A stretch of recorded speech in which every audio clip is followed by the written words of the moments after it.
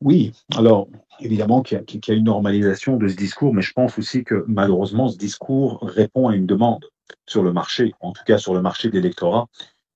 Et on ne peut pas faire comme si, euh, comment dirais-je, ce discours ne fait pas mouche. Et le gros problème, c'est que si on met notre tête dans le sable et qu'on essaye de complètement nier ou de se déconnecter, si tu veux, des sentiments ou de sentiments de certains segments de la population, malheureusement, ce racisme refera surface d'une manière ou d'une autre. Et je pense ici, si tu veux, que les propos ici sont effectivement inacceptables parce que dans toute société plurielle, et toutes nos sociétés européennes sont dans une certaine mesure plurielles, ces discours sont inacceptables. Mais d'un autre côté, il faut éviter, si tu veux, de pousser trop loin le bouchon pour éviter, si tu veux, de créer une rupture également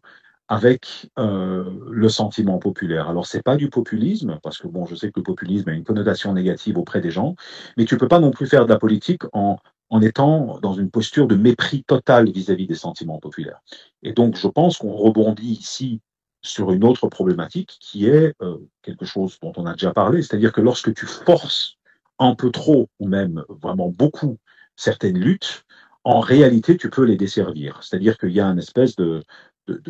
balancier dans lequel, si tu vas trop loin, tu provoques une sorte de réaction. Et je pense qu'en fait, si tu veux, sur la question du racisme, on peut pas faire de compromis. C'est-à-dire que le racisme en tant que tel est inacceptable dans nos sociétés parce qu'il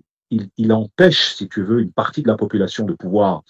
à partir de ses compétences et à partir de ce qu'elle a à offrir, euh, s'exprimer, voire peut-être trouver sa place. Et donc ça, cela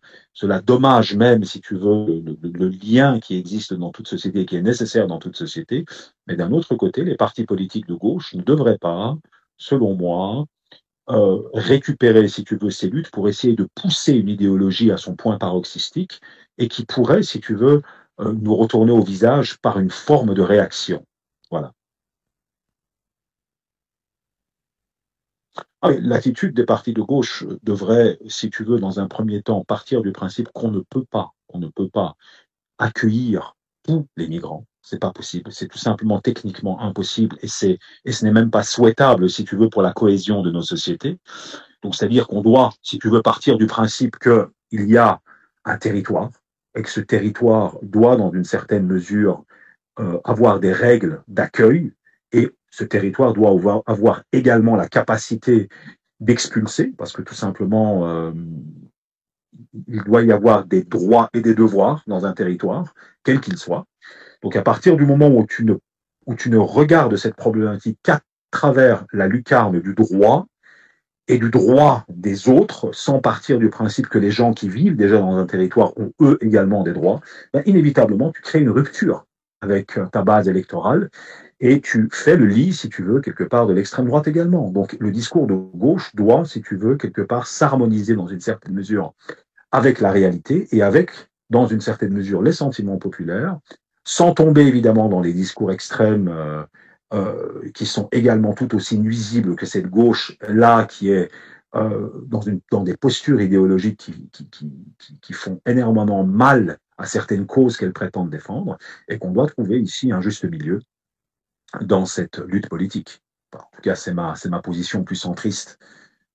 qui est évidemment propre à mon opinion, mais je pense que euh,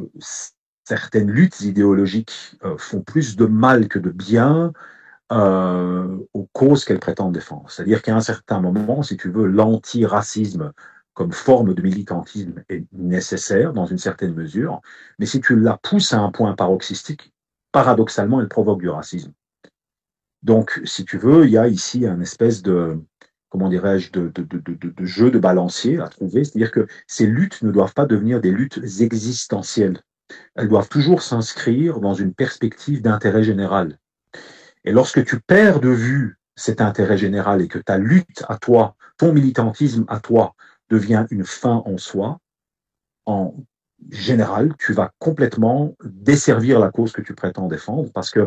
va devenir à caractère existentiel. Or, quand une lutte devient à caractère existentiel, tu ne l'inscris plus dans une vision globale d'une idée de l'harmonie ou du bien, et donc tu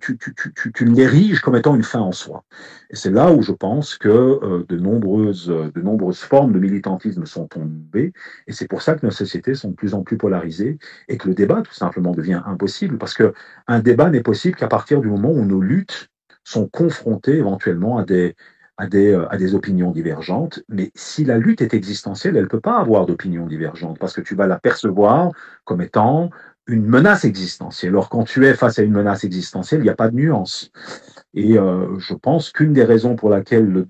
les débats deviennent de plus en plus difficiles autour de ces questions,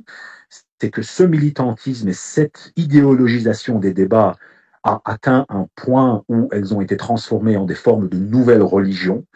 Et par définition, une religion n'a que peu d'espace pour le débat,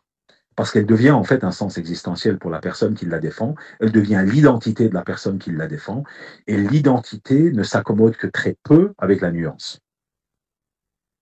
Un peu comme si tu vas face à un militant écologique et tu essayes de remettre en question certains de ses postulats,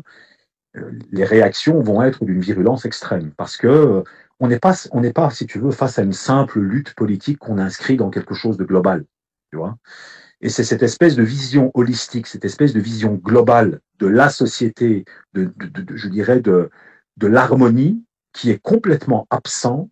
de ce militantisme et de ces postures idéologiques qui, malheureusement, affectent également le monde politique aujourd'hui.